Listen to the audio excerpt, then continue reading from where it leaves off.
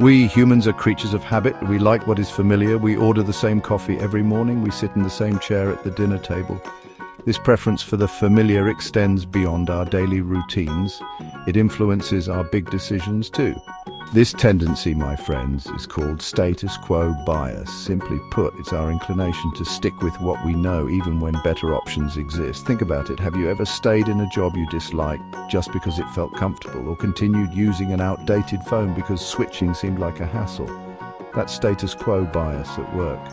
It whispers in our ears. Better the devil you know, but is it really?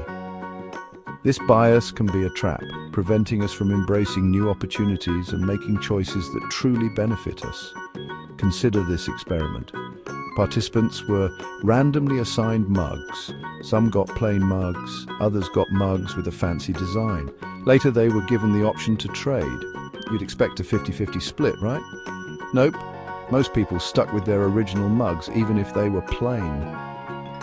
This illustrates the irrationality of status quo bias. We often overvalue what we have simply because it is familiar.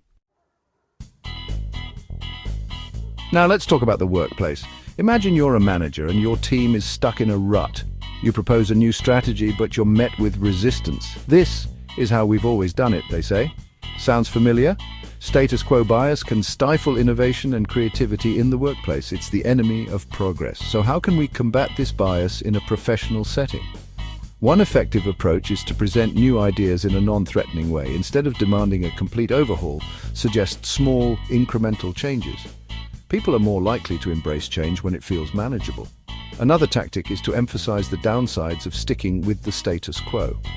Highlight the potential risks and missed opportunities. Remember, change can be uncomfortable and people need time to adjust. Be patient and provide support throughout the process. Encourage open communication and address any concerns. You might be surprised by the innovative ideas that emerge when people feel safe to challenge the status quo. Status quo bias doesn't just impact our personal and professional lives. It has profound implications for politics and society as a whole.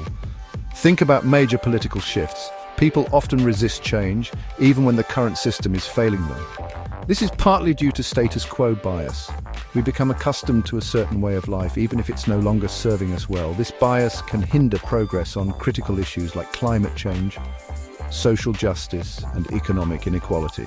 We become complacent, accepting the status quo as inevitable. But change is always possible, and it often starts with questioning the way things are.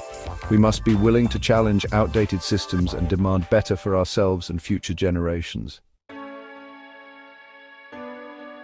So, how can we overcome this pervasive bias? Awareness is the first step. Recognize that this bias exists and that it influences your decisions.